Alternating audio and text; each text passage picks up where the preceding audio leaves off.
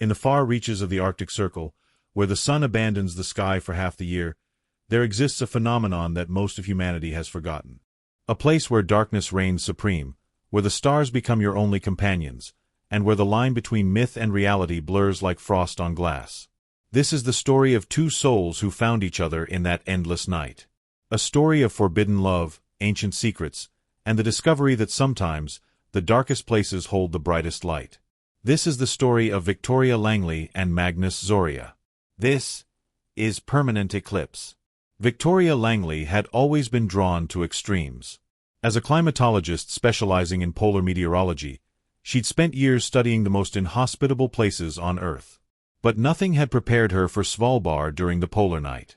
The small Norwegian archipelago, situated deep within the Arctic Circle, experiences what locals call Morkettiden, the dark time. From late October to mid-February, the sun never rises above the horizon. For those 4 months, the world exists in a perpetual twilight, a blue-black canvas painted with stars so bright they seem close enough to touch. Victoria arrived in Longyearbyen, Svalbard's largest settlement, on November 3rd. The last traces of daylight had vanished 2 weeks prior. She stepped off the small aircraft onto the frozen tarmac, her breath forming crystalline clouds in the -20-degree air. The settlement sprawled before her like a cluster of colorful Lego blocks against an obsidian backdrop, houses painted in cheerful reds, yellows, and blues, as if defying the darkness that consumed them. "Dr. Langley?" A voice called out from near the terminal building. A stocky woman in her 50s, bundled in layers of thermal gear, waved enthusiastically. "I'm Astrid Johansson, director of the research station. Welcome to the top of the world." Victoria pulled her fur-lined hood tighter against the biting wind and hurried toward her. "Thank you for having me. I know my arrival was somewhat last minute." Astrid laughed, her breath creating a small fog between them. "Last minute is how we do everything up here. The Arctic has its own schedule, and we've learned to adapt. Come, let's get you settled. You must be exhausted from the journey." As they loaded Victoria's equipment into a rugged snowmobile, she noticed something peculiar. Despite the complete absence of sunlight, the town was bathed in an ethereal glow. Street lamps cast golden pools of light onto the snow, and the aurora borealis danced overhead in ribbons of green and purple, so vivid they seemed almost artificial. "It's beautiful," Victoria whispered, transfixed by the display above. "Wait until you've been here a month," Astrid said with a knowing smile. "The darkness does something to people. Some find it peaceful, meditative even. Others—" She trailed off, her expression darkening momentarily. "Others find things in the darkness that perhaps should remain hidden." Victoria felt a chill that had nothing to do with the temperature. "What do you mean?" Astrid shook her head, as if clearing away cobwebs. "Nothing. Nothing. Old superstitions. The locals have stories, that's all. Tales to pass the long winter nights." She gestured toward the snowmobile. "Shall we?" "The station is about 15 minutes from here." As they sped across the frozen landscape, Victoria couldn't shake the feeling that she was being watched. The sensation prickled at the back of her neck, persistent and uncomfortable. She scanned the darkness around them, but saw nothing except the endless expanse of snow and ice, broken occasionally by the angular shadows of mountains. The research station was a modern facility built to withstand the harsh Arctic conditions. Inside, it was warm and well-lit, a stark contrast to the frigid darkness outside. Astrid gave Victoria a quick tour, showing her the laboratory, common areas, and finally, her private quarters. "We're a small group here during winter," Astrid explained. "Just 8 of us permanent staff, plus you now. Most researchers prefer the summer months when we have the midnight sun. But you climatologists are a different breed, aren't you? Seeking out the extremes." Victoria smiled. "I suppose we are. My research focuses on atmospheric phenomena during polar nights. There's nowhere better to study it than here." "Well, you've picked the perfect time. We're approaching the winter solstice, the darkest period. The locals call it the deep dark. If you're going to experience the true polar night, this is it." Astrid paused at the door. "Dinner is at 7 in the common room. I'll let you rest and unpack. Oh, and Victoria, if you go outside after dark, which is always, of course, make sure you tell someone and carry a radio. The weather can change in minutes, and in this darkness, it's easy to lose your bearings. After Astrid left, Victoria stood at her window, staring out at the alien landscape. The aurora continued its celestial dance, casting shifting shadows across the snow. She was about to turn away when she saw him. A figure stood at the edge of the station's illuminated perimeter, perfectly still.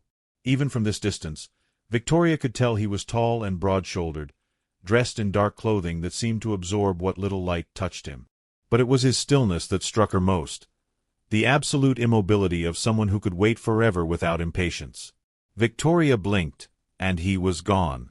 Not walking away, not moving into shadow, simply gone, as if he'd never been there at all. She rubbed her eyes, attributing the vision to exhaustion from her journey. Jet lag and the disorienting darkness were playing tricks on her mind. That had to be it. But deep down, in a place beyond rational thought, she knew she'd seen something real. Something impossible. Something that was watching her just as intently as she'd watched it. Victoria's first week in Svalbard passed in a blur of equipment setup and data collection. True to Astrid's word, the small research team welcomed her warmly. They were an eclectic group, 2 marine biologists studying Arctic cod populations, a geologist examining glacial formations, a meteorologist named Eric who became her primary collaborator, and 3 support staff who kept the station running smoothly. But despite the camaraderie and the fascinating work, Victoria couldn't shake the feeling of being observed. Several times, while taking readings from instruments positioned around the station's perimeter, she'd catch a glimpse of that same dark figure in her peripheral vision. Each time she turned to look directly, there was nothing there. She told herself it was the darkness playing tricks. The human brain, she knew, wasn't designed for perpetual night. It sought patterns where none existed, created shapes from shadows. Still, the sensation persisted. On her 8th night in Svalbard, though night was a relative term when darkness was constant, Victoria decided to venture beyond the station's immediate vicinity. She wanted to collect atmospheric data from a series of ice formations about a kilometer north, and Eric had mentioned they were spectacular under the aurora. "You're going out now?" Eric asked, surprised, when she announced her plans at dinner. "There's a weather system moving in. Nothing dangerous, but visibility could drop." "I'll be fine," Victoria assured him. "I have GPS, a radio, and enough thermal gear to survive on the surface of Pluto. Besides, this is exactly the kind of atmospheric condition I came here to study." Eric shrugged. "Just check in every 30 minutes. And if the wind picks up, come straight back." The cold hit Victoria like a physical force when she stepped outside. The temperature had dropped to -30, and a light snow had begun to fall, the flakes so fine they hung in the air like suspended crystal. She adjusted her headlamp and started north, her boots crunching rhythmically on the frozen ground. The ice formations Eric had mentioned were indeed spectacular.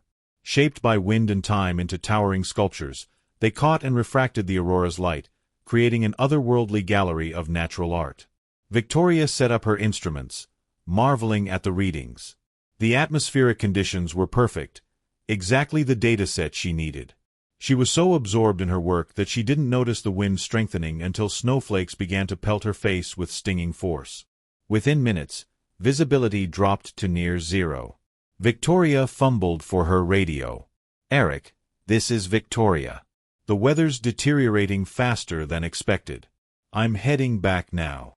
Static crackled in response, then Eric's voice, broken and distorted. "Vic, Ria, store, NG, can't AD." The radio died completely. Victoria fought down a surge of panic. She had GPS. She'd be fine. She just needed to stay calm and follow her equipment back to the station. But when she checked her GPS unit, the screen was black. Dead. Impossible, she'd charged it fully before leaving, and these units were designed to function in extreme cold. She tried her backup unit. Also dead. Now panic began to set in earnest. Without GPS or radio, in near-zero visibility, she was in serious danger. Victoria knew the statistics. People died in conditions like this, sometimes within sight of safety, simply because they couldn't see where they were going. She forced herself to think logically. She'd been traveling due south from the station to reach the formations. If she headed due north, she'd eventually hit the station or at least the road that led to it. She checked her compass, oriented herself, and began walking. 10 minutes passed. Then 20. The station should have appeared by now. Had she miscalculated? Gotten turned around despite the compass? The wind howled around her, and the temperature seemed to be dropping further. Her extremities were beginning to go numb. Then, through the swirling snow, Victoria saw a light. Not the electric lights of the station, but something softer, more amber. A building, perhaps? An emergency shelter she didn't know about? She stumbled toward it, hope surging in her chest. As she drew closer, the light resolved into the warm glow of windows. A house, alone in the frozen wilderness. It was an old structure, built in the traditional Scandinavian style with dark wooden walls and a steep roof designed to shed snow. Victoria had studied maps of the area extensively. There should be no buildings here. The nearest structures to the station were back in Longyearbyen, 15 kilometers away. Yet here it stood, solid and real and impossible. But hypothermia was more real and more immediate than impossible architecture. Victoria needed warmth and shelter, needed to radio for help. She could worry about how this house came to be here later. She climbed the 3 steps to the front door and knocked. For a long moment, there was no response. Then the door opened, and Victoria found herself face to face with the most striking man she'd ever seen. He was tall, easily 6'3", with a lean, powerful build evident even beneath his dark sweater and trousers. His hair was black as the polar night, falling to his shoulders in waves that caught the light from within the house. But it was his face that captivated her, sharp, aristocratic features that seemed carved from marble, skin so pale it was almost luminescent, and eyes of the deepest amber, like cognac held up to firelight. Those eyes studied her with an intensity that made Victoria acutely aware of every atom of her being. "Please," she managed, her voice hoarse from the cold. "I'm lost. My equipment failed, and I need to contact the research station. Do you have a radio or phone?" For a moment, the man simply stared at her, and Victoria had the uncanny feeling he was making a decision that would alter the course of both their lives. Then he stepped aside, gesturing her into the warmth.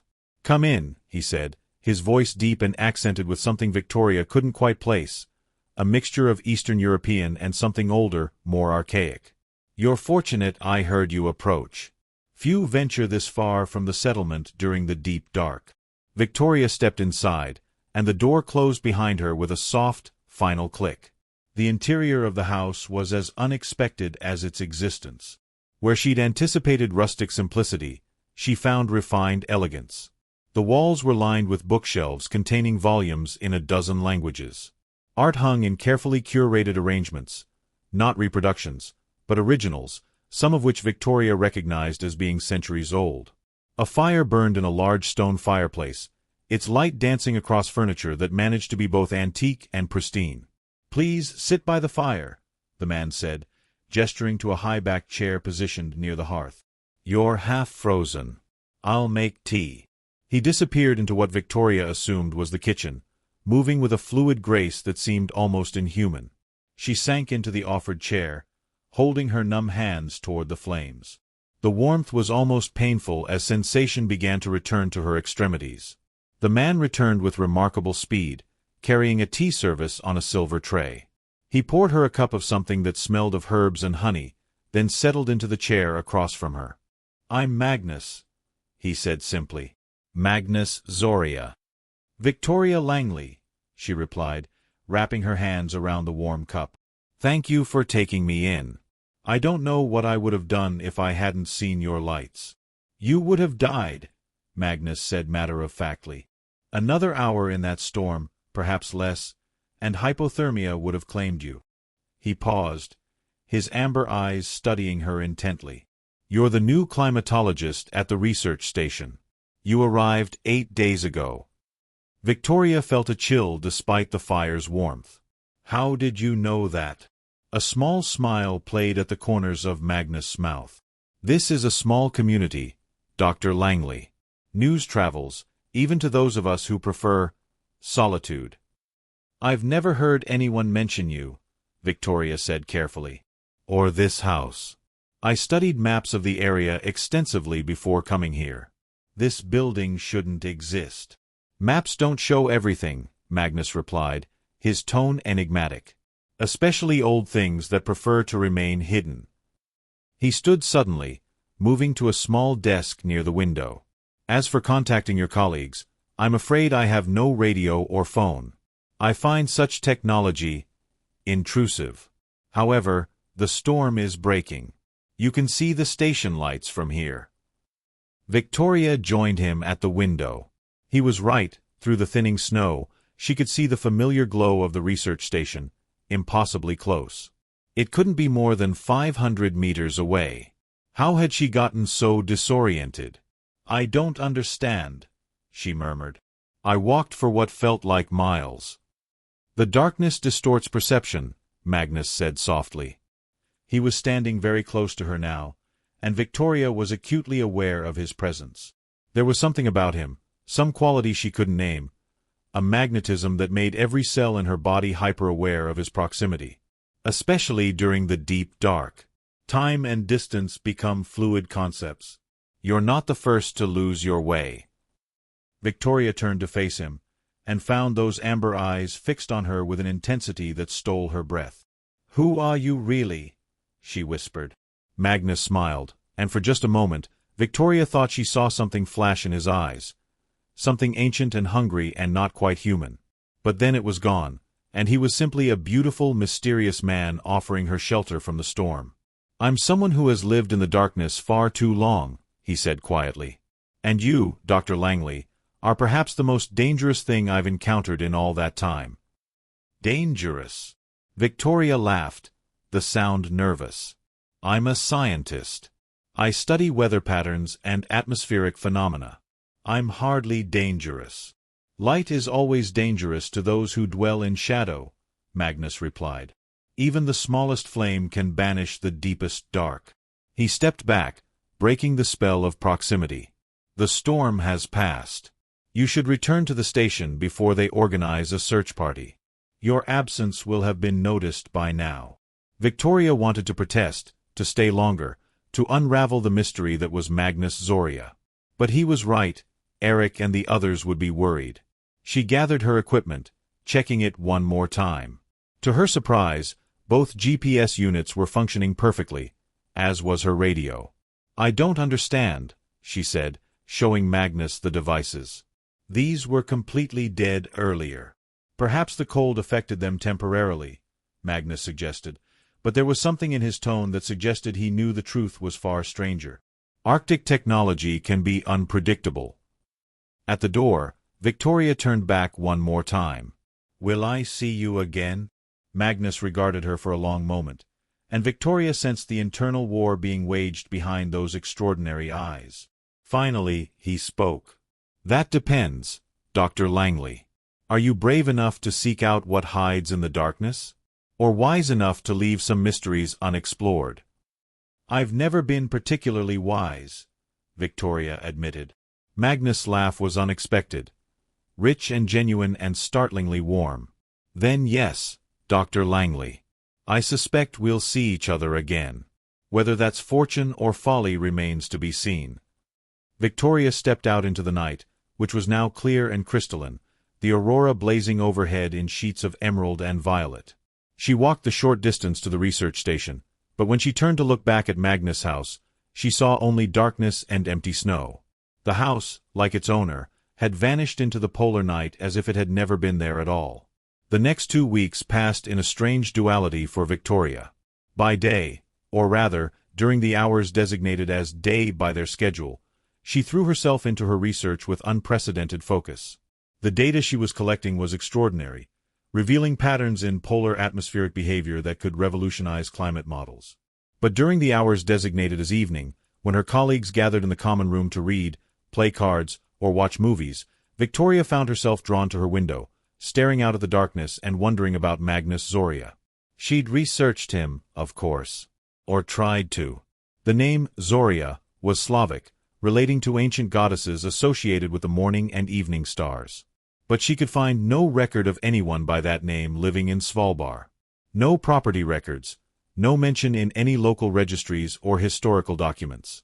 It was as if he didn't exist. Yet he did. She'd touched his hand when accepting the cup of tea, felt the coolness of his skin. She'd sat in his house, surrounded by his books and art and the warmth of his fire. None of it had been a hallucination or a dream. "Earth to Victoria," Eric's voice broke through her reverie. She turned to find him standing beside her desk in the laboratory, an amused expression on his face. "I've been calling your name for the past minute. Where were you?" "Sorry," Victoria said, shaking her head to clear it. "Just thinking about the data from last night. The magnetic field variations are fascinating." "Aha," Eric said, clearly unconvinced. "Listen, some of us are heading into Longyearbyen tomorrow for supplies and a bit of civilization. Want to come? There's a decent pub there, and I know the owner. She makes the best Arctic char you've ever tasted." Victoria was about to decline when an idea struck her. "Actually, yes. I'd like that. I want to ask around about something, or someone, anyway."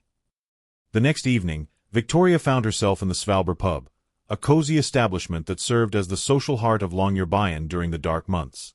The walls were covered with photographs and memorabilia from the town's coal mining past, and a fire roared in a pot-bellied stove in the corner.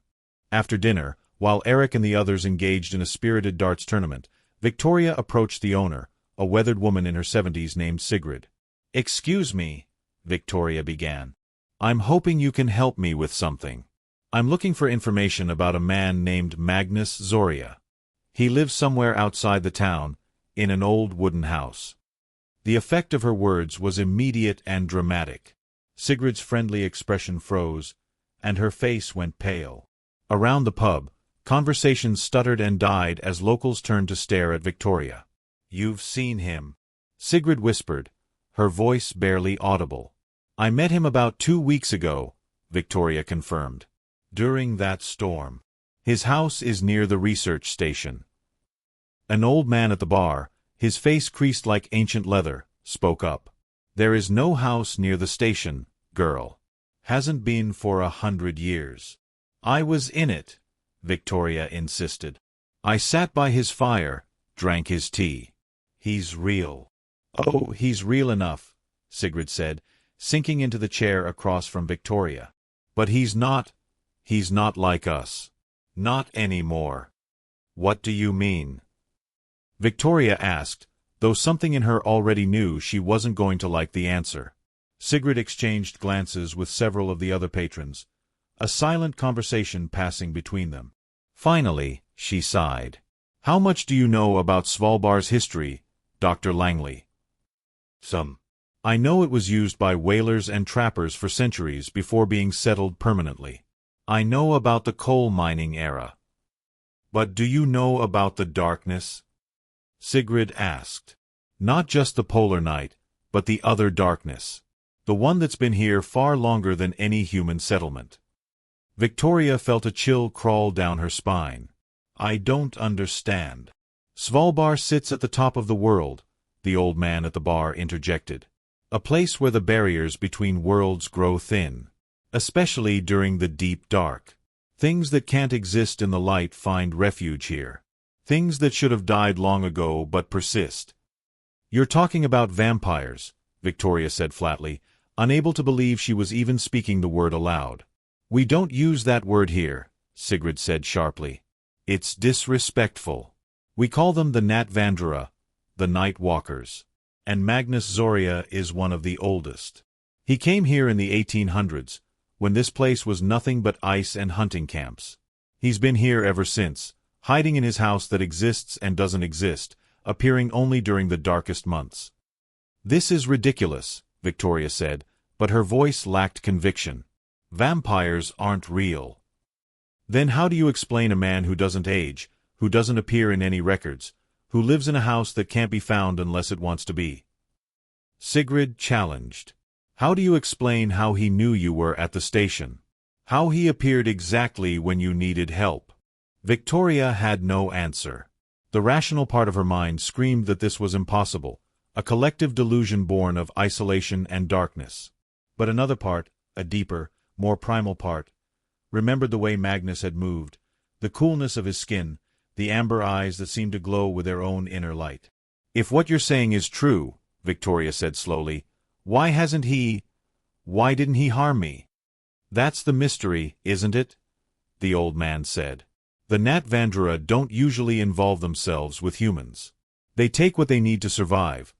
Never enough to kill, just enough to sustain themselves through the dark months. But they don't form connections. They don't invite people into their homes. They certainly don't save them from storms." "Magnus Zorya is different from the others," Sigrid added. "Always has been. The stories say he was turned against his will centuries ago, and that he's never fully accepted what he is. Some winters, he doesn't appear at all. Just stays locked in that house of his, alone with his books and his memories." "And this winter, he saved you," the old man concluded. "Which means either you're very lucky, or very unlucky. Possibly both." Victoria stood abruptly, her chair scraping against the wooden floor. "Thank you for the information. I need some air." She stepped outside into the frozen night, her mind reeling. This was insane. Vampires weren't real. They were myths, stories told around fires to frighten children. There had to be a rational explanation for Magnus, for his house, for everything she'd experienced. But as she stood there, watching the aurora paint the sky in shades of green and purple, she couldn't deny what her instincts told her. Magnus Zorya was not human. And despite every rational impulse screaming at her to stay away, Victoria knew she was going to see him again. She had to. 3 days later, Victoria made her decision. She waited until evening, when most of her colleagues were occupied with their various pursuits, then suited up in her Arctic gear and slipped out of the station. She didn't know exactly where Magnus' house was. It had vanished so completely that she'd begun to doubt her own memories. But as she walked north, following some instinct she couldn't name, the house appeared before her just as it had that first night. One moment there was only empty darkness and snow, the next the structure stood solid and real, warm light glowing in its windows. Magnus was waiting for her at the door, as if he'd known she would come. "Dr. Langley," he said, his expression unreadable. "I wondered how long it would take." "Is it true?" Victoria asked without preamble. "What they say about you in town? About what you are?" Magnus stepped aside, inviting her in with a gesture. "Come inside. It's too cold for this conversation to be had on the doorstep, and I suspect you have many questions." Victoria entered, and this time she noticed details she'd missed in her hypothermic desperation. There were no mirrors anywhere in the house. No photographs of Magnus himself. And while the fire burned brightly, she realized the room's warmth came more from the excellent insulation than from the flames. "Sit," Magnus said, gesturing to the same chair she'd occupied during her first visit. "I'll make tea, though I suspect it won't be as comforting this time."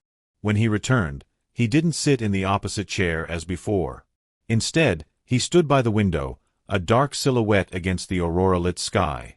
"To answer your question," he said quietly, "yes. It's true. I am what your kind calls vampire, though we have many names in many languages. Nat Vandera, Nosferatu, Strigoi, Uper. All describing the same thing, a being that was once human but is human no longer." Victoria's hands trembled slightly on her teacup. Hearing the confirmation from his own lips made it undeniably real. How long?" "I was born in 1723, in what is now Romania," Magnus said. "I was turned in 1751, at the age of 28. That makes me—" He paused, calculating, 275 years old. "My God," Victoria breathed. "God had little to do with it," Magnus replied with dark humor. "Though I've had 2 3/4 centuries to contemplate the theological implications." He turned from the window to face her, his amber eyes finding hers. "You should be terrified. You should run from this house and never return. Why are you still here?" "Because I'm a scientist," Victoria said, surprising herself with the steadiness of her voice. "And you're the most extraordinary subject of study I've ever encountered. Also—" She hesitated, then pushed forward, "because I can't stop thinking about you. Since the night we met, you've occupied my thoughts constantly. I need to understand why." Something flickered in Magnus' expression. Surprise, perhaps, or something deeper. He moved closer, his movements carrying that inhuman grace Victoria had noticed before. "You want to understand?" he asked, his voice dropping to barely above a whisper. "Then let me show you what I am. Truly." He extended his hand, and Victoria saw his fingernails lengthen into delicate claws.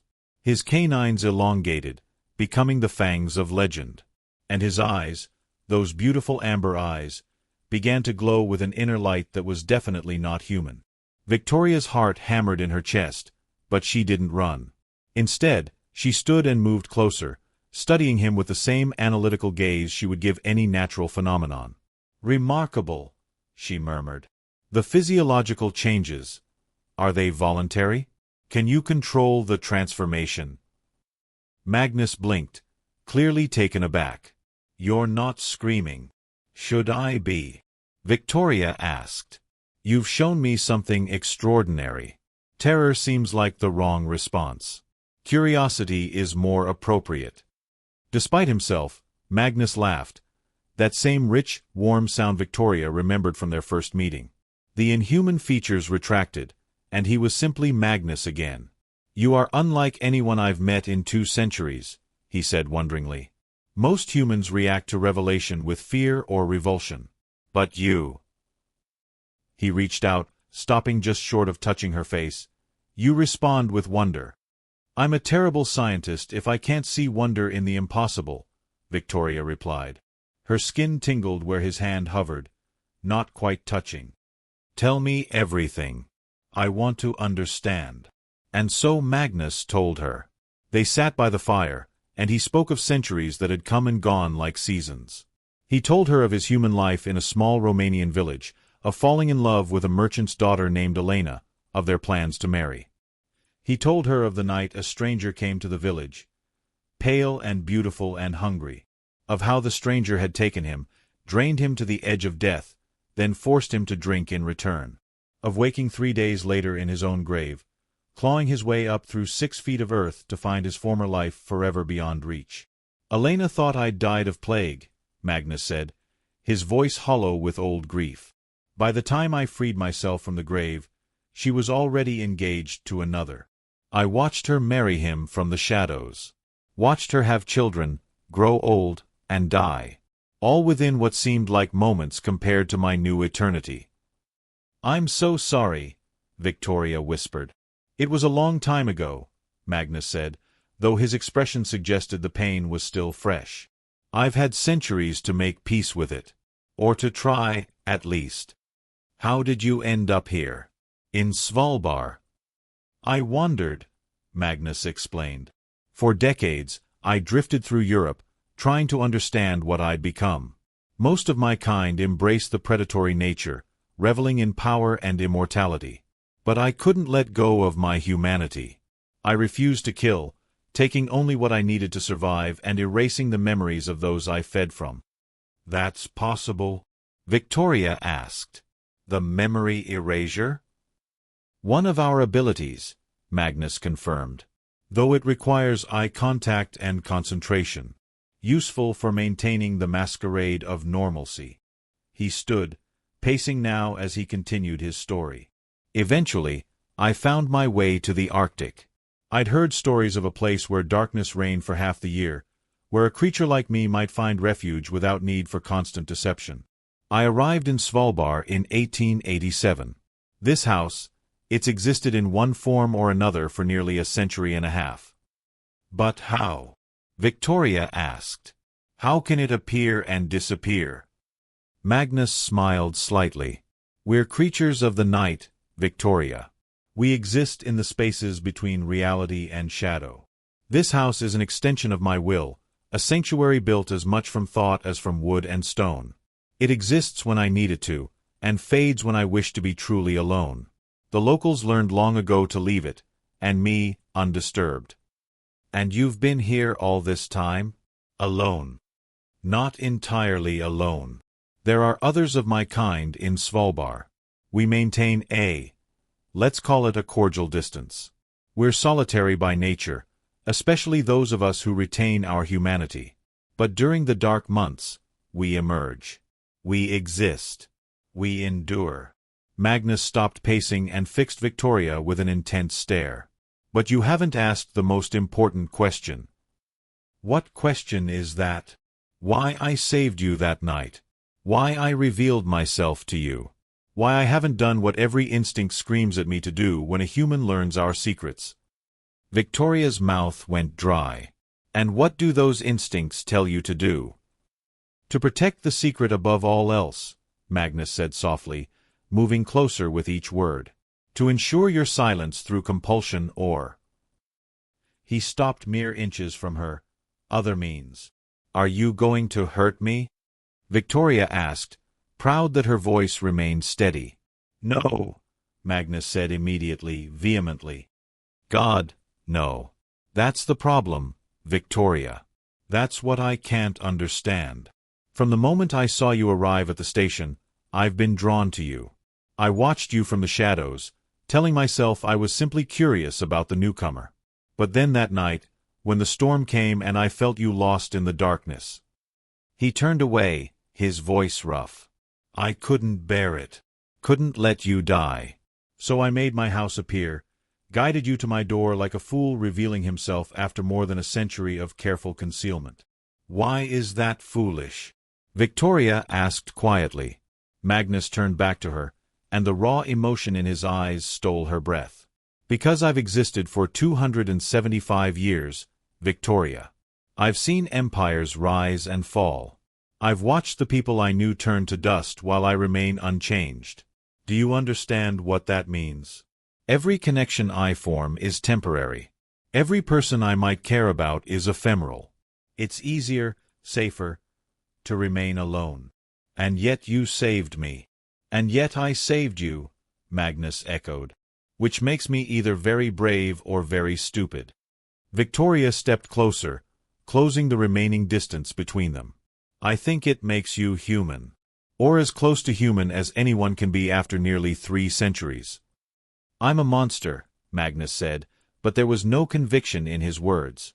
You're a man who survived an impossible circumstance with his compassion intact, Victoria corrected. That's not monstrous. That's extraordinary. She reached up and touched his face, her warm hand against his cool skin. Magnus went absolutely still, like a wild animal deciding whether to flee or stay. I should be afraid of you, Victoria whispered. But I'm not. I should run from this place and never look back. But I won't. Why? Magnus asked, his voice breaking. Because in all my years of studying the natural world, searching for patterns and explanations, I've never felt anything like what I feel when I'm near you. It's like standing at the edge of the aurora, feeling the magnetic pull of something vast and beautiful and completely beyond human understanding. Magnus closed his eyes, and when he opened them again, they glistened with what might have been tears. Do you know what you're saying? What you're risking? I'm a climatologist who studies extremes, Victoria said with a small smile. Risk is part of my job description. This isn't a glacier or a storm system, Magnus said urgently. This is forever. Or at least, you're forever, which to me is the blink of an eye. If we start this, whatever this is, I will watch you age while I remain frozen at 28. I will see you grow old, grow frail, and eventually... He couldn't finish the sentence. Then we'll have to make every moment count, Victoria said simply. Magnus stared at her for a long moment, and Victoria could see the centuries of loneliness warring with the hope flickering in his eyes. Finally, he spoke. I've been alone for so long, he whispered. I don't know if I remember how to be anything else. Then we'll learn together, Victoria said. I don't know how to love someone who exists outside of time. But I want to try. Magnus pulled her into his arms then, and Victoria discovered that despite his supernatural nature, Despite the coolness of his skin and the inhuman strength she could feel coiled beneath his careful control, his embrace felt like coming home. "This is madness," Magnus murmured against her hair. "Probably," Victoria agreed. "But I've always wanted to study something truly extraordinary." Magnus laughed, the sound filled with wonder and fear and desperate hope. "Well then, Dr. Langley, welcome to the most dangerous research project of your career." The weeks that followed were unlike anything Victoria had ever experienced. By day, or rather, during the hours designated as working time, she continued her research with her colleagues, collecting data and publishing findings that would eventually revolutionize polar climate science. But in the evenings, she would slip away to Magnus' impossible house, and there she would discover a world that existed beyond the boundaries of science and reason. Magnus was a patient teacher, revealing the truth of his existence in careful increments. He showed her how he could move faster than human eyes could follow, how he could hear a heartbeat from 100 meters away, how he could survive temperatures that would kill any mortal within minutes. "We're perfectly adapted to the Arctic," he explained one evening as they stood outside his house, watching the aurora dance overhead. "The cold doesn't affect us. The darkness is our natural element. During the summer months, when the sun never sets, I have to retreat deep underground, into caverns where no light can penetrate. But these winter months—" He spread his arms wide. "These are when I truly live." "What about blood?" Victoria asked, the question she'd been avoiding finally surfacing. "How do you? Do you feed?" Magnus supplied. "You can say the word, Victoria. I won't be offended." He gestured for her to follow him back inside, where the fire crackled warmly. "I feed once every 2 weeks, sometimes less frequently. I go into Longyearbyen or to the mining settlements, find someone alone, and take what I need. Never enough to harm them, and I always erase their memories afterward." "Do they feel pain?" "No," Magnus said firmly. "That's one mercy, at least. When we feed properly, there's no pain. Just a kind of euphoria. The body's response to our venom, which acts as both anesthetic and anticoagulant." Victoria processed this information with the same analytical approach she brought to her scientific work. "And you've never killed?" Magnus' expression darkened. "Not as a vampire. I swore the night I clawed my way from that grave that I would never take a human life. It's the one thing that separates me from the monster I could become." Could you feed from me?" The question hung in the air between them. Magnus went very still, his amber eyes fixing on Victoria with an intensity that made her heart race. "I could," he said carefully. "But I won't." "Why not? Don't you want to?" "Want?" Magnus laughed bitterly. "Victoria, I can hear your heartbeat from across the room. I can smell the blood moving through your veins. Every instinct I have screams at me to feed when you're near. The want is constant and nearly overwhelming." "Then why?" "Because you matter too much," Magnus interrupted. "Every other human I've fed from has been a stranger, someone I can erase from my memory as easily as I erase theirs. But you—" He moved closer, his cool hand cupping her face. I could never forget. And if I were to taste you, to form that intimate connection, I don't know if I could stop. I don't know if my control would hold. And I will not risk your life, Victoria. Not for anything." Victoria leaned into his touch, her eyes closing. "I trust you." "Then you're either the bravest woman I've ever met or the most foolish," Magnus said softly. "I haven't decided which." "Can't I be both?" Magnus smiled, and for a moment, Victoria could see the young Romanian man he'd been 3 centuries ago, hopeful and gentle and so achingly human. "Yes," he said. "I suppose you can." Their relationship deepened as the polar night intensified. The winter solstice approached, bringing with it the deep dark, the period when even the twilight glow that sometimes touched the horizon vanished completely, leaving only absolute darkness broken by the aurora and stars. Magnus seemed to grow stronger during this time, more vital, as if the darkness itself fed him. He took Victoria on impossible journeys across the frozen landscape, moving with such speed that the world blurred around them. He showed her places no human had seen. Ice caves that glowed with an inner phosphorescence, frozen waterfalls that caught the aurora light and split it into rainbows, vast glaciers that sang in frequencies below human hearing but that Victoria could feel in her bones. "This is my world," Magnus told her one night as they stood atop a mountain, looking down at the scattered lights of Longyearbyen far below. "This darkness, this cold, this beautiful desolation. I've loved it for more than a century. But I never truly appreciated its beauty until I could share it with you." Victoria turned to him, this impossible man who existed outside of time, and felt her heart swell with an emotion that terrified and exhilarated her in equal measure. "I love you," she said, the words escaping before she could second-guess them. Magnus' expression transformed, surprise giving way to wonder, wonder giving way to a joy so profound it was almost painful to witness. "Victoria," he breathed. "You can't. You shouldn't." "Too late," Victoria said. "I already do. I love you, Magnus Zorya. I love your gentleness and your strength. I love the way you've held onto your humanity despite everything. I love how you see beauty in the darkness. I love—" Magnus kissed her, cutting off her words. His lips were cool against hers, but the passion in the kiss was anything but cold. Victoria melted into him, her warm human body pressed against his vampire stillness, and for a moment the impossible gap between their natures disappeared. When they finally pulled apart, Magnus rested his forehead against hers, his eyes closed. "I have loved twice in my long existence," he whispered. "Once as a human, and once as a monster trying desperately to remember what being human felt like. Elena was my past, a dream of the life I lost. But you, Victoria, you are my present. My impossible, precious, terrifying present." "And our future?" Victoria asked. Magnus pulled back, his expression clouding. "That's what frightens me most. Because we have no future, not really. You have perhaps 50 years if you're lucky, and I have eternity. It's not fair. It's not." "Life isn't fair," Victoria interrupted. "If it were, you wouldn't have been turned against your will. You wouldn't have lost your Elena. And I wouldn't have found you here at the top of the world, in the one place where our impossible love might actually work." She took his hands in hers. "We have now, Magnus. We have these dark months when you're strongest. We have the aurora and the ice and the absolute certainty that what we feel is real.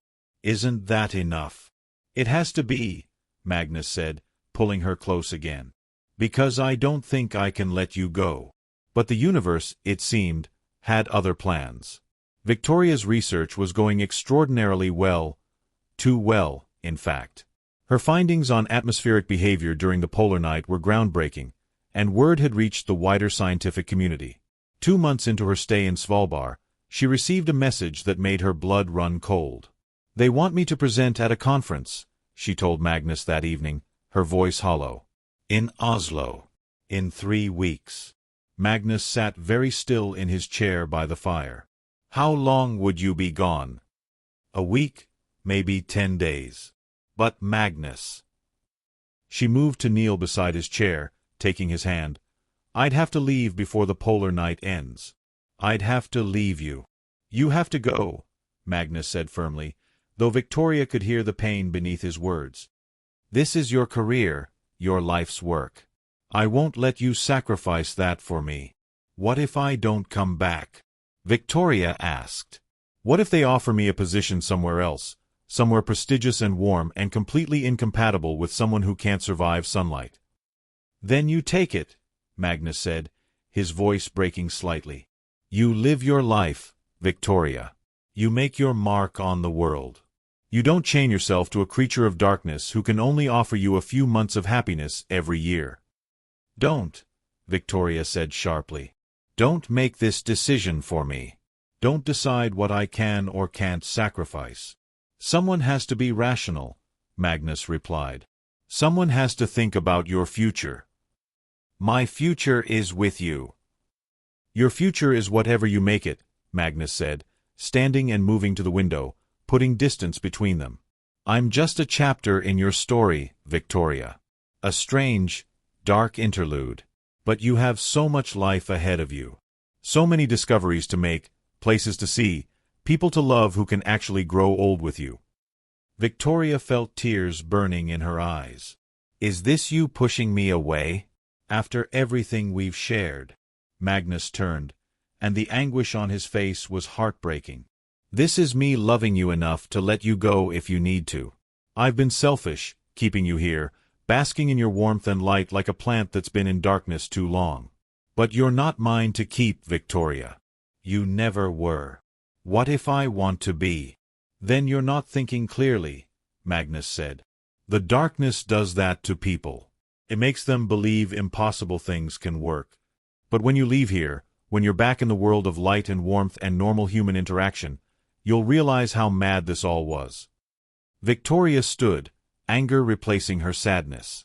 Don't tell me what I'll realize. Don't patronize me by suggesting I don't know my own mind. I'm 275 years old, Victoria. I've seen this pattern before. Humans who fall in love with the mystery, the romance of the impossible. But it never lasts. It can't last. So what then? Victoria demanded. I'm just supposed to leave? Forget about you. Move on with my life as if these months never happened. Yes, Magnus said, though the word seemed to cause him physical pain. That's exactly what you should do. And if I refuse? Then you're a fool, Magnus said harshly. And I'm an even greater fool for letting myself believe this could work. Victoria stared at him for a long moment, tears streaming down her face. Then she turned and walked out of the house, out into the frozen night. Behind her, she heard no sound of pursuit. Magnus let her go. The next 2 weeks were torture. Victoria threw herself into her work with manic intensity, preparing her presentation, double-checking her data, doing anything to avoid thinking about the impossible man who had stolen her heart. Her colleagues noticed the change in her demeanor but attributed it to stress about the upcoming conference. Eric tried to cheer her up with jokes and offers to help with her preparation, but Victoria remained distant, locked in her own misery. She didn't return to Magnus' house. Several times she started walking in that direction, but each time she stopped herself. He'd been clear. He wanted her to leave, to move on. And maybe he was right. Maybe this was all madness born of isolation and darkness. But her heart knew differently. Her heart ached with every hour spent away from him. The night before she was scheduled to leave Svalbard, Astrid found Victoria standing at her window, staring out at the darkness. You're thinking about him, aren't you? Astrid said gently. Victoria turned, surprised. How did you? I've been running this station for 15 years, Astrid said with a small smile. I've seen several researchers come through during the winter months. And I've seen the way some of them look at the darkness, like they're seeing something the rest of us can't. You have that look. Victoria sank onto her bed, suddenly exhausted. I don't know what to do, Astrid. My head says to leave, to pursue my career, to live a normal life. But my heart... Your heart wants the vampire, Astrid finished. Magnus Zorya, the oldest of the Nat Vandrura. She sat beside Victoria. Can I tell you a story? Victoria nodded. 50 years ago, I was a young woman working at this very station. And I met one of them, not Magnus, but another of his kind. A woman named Katerina. She was beautiful and terrifying and completely captivating. Astrid's eyes grew distant with memory. I fell in love with her. Completely, utterly, foolishly in love. What happened? She left, Astrid said simply. Told me that our love was impossible, that she would only bring me pain. She disappeared one night and I never saw her again. Astrid smiled sadly. I've spent 50 years wondering if she was right. If I should have listened when she pushed me away. Do you regret it? Victoria asked. Loving her. Not for a single moment, Astrid said firmly. Even knowing how it ended, even with all the years of loneliness that followed, I wouldn't trade those months with Katerina for anything. She showed me a world beyond the ordinary. She made me feel alive in a way I never had before or since. But you lost her. We always lose the people we love, Victoria. That's the nature of being human and vampire, I suspect. The only question is whether the love is worth the inevitable loss. Astrid stood, moving toward the door. You have a choice to make. And whatever you choose, make sure it's your choice, not his, not your colleagues, not anyone else's. You have to live with it for the rest of your life. After Astrid left, Victoria sat in the darkness for a long time, thinking. Then, with sudden clarity, she knew what she had to do. She suited up in her Arctic gear and headed out into the night one final time. Magnus' house appeared before her as it always did, materializing out of shadow and snow. But this time, the windows were dark. No warm light glowed from within. The structure seemed more ghostly than ever, as if it were fading away. Victoria climbed the steps and knocked on the door. For a long moment, there was no answer. Then the door opened, and Magnus stood there, looking more haggard than she'd ever seen him. His usual perfect composure was shattered, his eyes haunted. "Victoria," he breathed. "You shouldn't be here." "I'm leaving tomorrow," Victoria said. "And I needed to see you one more time." Magnus stepped aside, letting her in. The house was cold. The fire had burned down to embers. It matched Magnus' state perfectly. "I'm sorry," he said quietly, "for how I spoke to you. For pushing you away. I thought I was protecting you, but I was really just protecting myself from the pain of losing you." "I know," Victoria said. "And I understand why you did it. But you were wrong about one thing." "What's that?" "You don't get to decide what's too hard for me to handle. You don't get to push me away for my own good." Victoria moved closer, her eyes never leaving his. "I'm going to Oslo. I'm going to present my research. And I'm going to tell them that I need to return to Svalbard for at least 6 more months to complete my studies." Hope flickered in Magnus' eyes. "Victoria." "I'm not finished," she interrupted. "After that, I don't know what will happen. Maybe I'll take a position somewhere else. Maybe I'll find a way to split my time between here and the rest of the world. Maybe we'll figure out a way to make this impossible relationship work, or maybe we won't. But it's going to be my choice, Magnus." "Mine, not yours." Magnus closed his eyes, and when he opened them again, they glistened with blood-red tears. "You deserve so much more than I can offer you." "What you offer is enough," Victoria said. "You are enough." Magnus crossed the distance between them in an instant, pulling her into his arms with a desperation that spoke of 2 weeks of misery. "I thought I'd lost you," he whispered against her hair. "I thought I'd driven you away forever." "It would take more than harsh words to make me give up on you," Victoria murmured. "I'm a climatologist, remember? I specialize in surviving harsh conditions." Magnus laughed, the sound broken but genuine. "I don't deserve you." "Probably not," Victoria agreed with a small smile. "But you're stuck with me anyway." They stood there in the cold house, holding each other as if they could stop time itself. Finally, Magnus spoke. "When you're in Oslo, when you're surrounded by sunlight and warmth and normal human society, promise me something." "What?" "Promise me you'll really think about what you want. Not what I want, not what you think you should want. What you actually want from your life." Magnus pulled back to look at her. "Because if you choose to come back, if you choose this life with me, I need to know it's a real choice. Not a romantic impulse made in the darkness." "I promise," Victoria said. "But Magnus, you need to promise me something too." "Anything. Promise me you'll be here when I return. Promise me you won't disappear into the shadows and convince yourself that I'm better off without you." Magnus smiled, and for the first time in 2 weeks, it reached his eyes. "I promise. I've spent more than a century in these shadows. I can wait a few more weeks." "Good," Victoria said. She pulled his face down to hers and kissed him with all the passion and certainty in her heart. "Because I'm coming back, Magnus Zorya. Make no mistake about that." Oslo in February was a shock to Victoria's system. After months of complete darkness, the sunlight, even the weak winter sun, was almost painful. She found herself wearing dark glasses constantly, retreating to her hotel room when the brightness became too much. Her presentation at the conference was a triumph. Scientists from around the world praised her findings, offering her positions at prestigious institutions, research grants that would fund years of study. Everything she'd worked toward for her entire career was suddenly within reach. But through it all, Victoria felt like she was moving through a dream. Or rather, like she'd woken from a dream and was now navigating a world that felt flat and colorless compared to the one she'd left behind. She thought of Magnus constantly. During breaks between sessions, she'd find herself staring out windows, wondering what he was doing in the darkness. Was he reading one of his ancient books?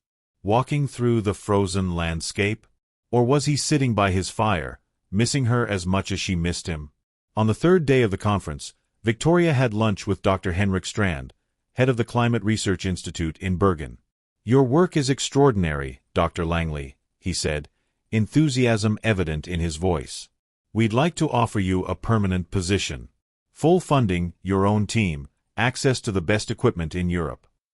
"That's very generous," Victoria said carefully. "Of course, the position would be based in Bergen," Dr. Strand continued. "Lovely city, very cosmopolitan. You'd have access to Arctic research sites during the summer months, but the bulk of your work would be conducted from our main facility." Summer months. Meaning no more polar nights. No more darkness. No more Magnus. "I need time to think about it," Victoria said. Dr. Strand looked surprised but nodded. "Of course. Take all the time you need. Though I should mention we have several other candidates interested in the position." That evening, Victoria sat in her hotel room, staring at the city lights of Oslo. Everything Magnus had predicted was coming true. The world of light and warmth and normal human society was offering her exactly what she'd always wanted professionally. But it wasn't what she wanted personally. Not anymore. She picked up her phone and called the research station in Svalbard. Astrid answered on the third ring. "Victoria, how's the conference going?"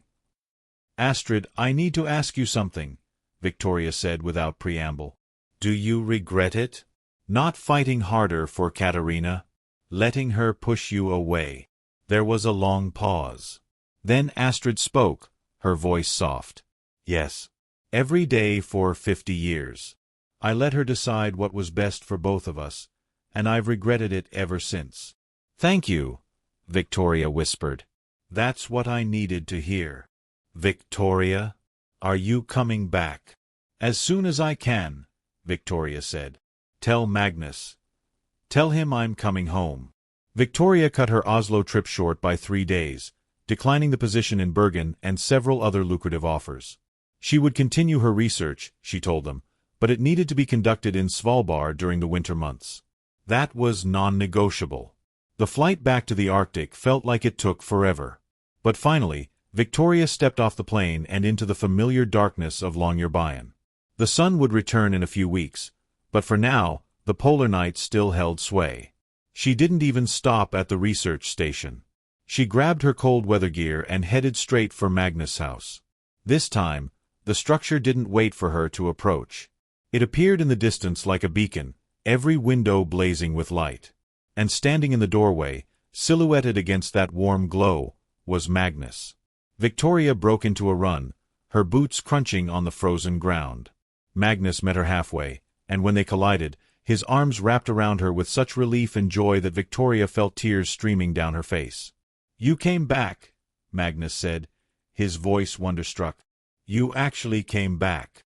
"I promised I would," Victoria said, pulling back just enough to see his face. "I had job offers, Magnus. Amazing opportunities. Everything I thought I wanted. And none of it mattered," Victoria said. "Because none of it included you. I choose this, Magnus. I choose the darkness and the cold and the impossible relationship with a vampire who thinks he doesn't deserve to be loved. I choose you." Magnus cupped her face in his hands, his amber eyes searching hers. "Are you sure? Truly sure? Because once you cross this threshold, once you commit to this life, there's no going back." "I've never been more sure of anything," Victoria said. "I don't know how we'll make this work. I don't know how we'll handle the summer months or what the future holds. But I know I love you, and I know that's enough to build on." Magnus kissed her then, deep and passionate and full of promise. When they finally pulled apart, he took her hand and led her into the house. "Then welcome home, Dr. Victoria Langley," he said softly. "Welcome to our permanent eclipse."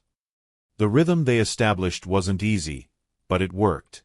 Victoria spent the polar night months in Svalbard with Magnus, conducting her research and living in the beautiful darkness they both loved. When the sun began its return in late February, Magnus would retreat to his deep underground chambers, and Victoria would travel to Oslo or Bergen or wherever her research took her. It was during one of these summer absences that Victoria made her discovery, a breakthrough in renewable energy harvested from the aurora borealis itself. It would revolutionize Arctic communities, providing clean, sustainable power during the darkest months. And it would mean she could conduct all her research in Svalbard year-round. "You don't have to do this," Magnus told her when she returned to Svalbard in late October, as the darkness was beginning to reclaim the sky. "I don't want you to sacrifice your career for me." "I'm not sacrificing anything," Victoria said, pulling him close. "I'm choosing the life I want.